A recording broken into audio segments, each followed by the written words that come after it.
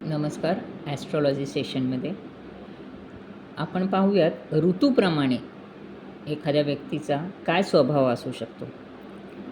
जर एखादी व्यक्ती वसंत ऋतूमध्ये जन्मलेली असेल, म्हणजे स्प्रिंग सीजन, मार्च एप्रिल ह्या महिन्यांमध्ये, तर अशी व्यक्ती खूप विद्वान, भाग्यशाली, नृत्यकला आवडणारी, अभिनय आवडणारी, संगीत आवडणारी अशी खूप हौशी असते.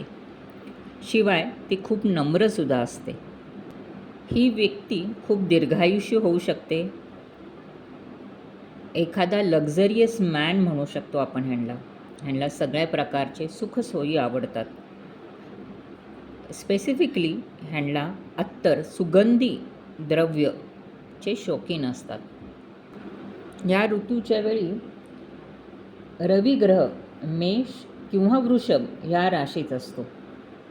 धन्यवाद.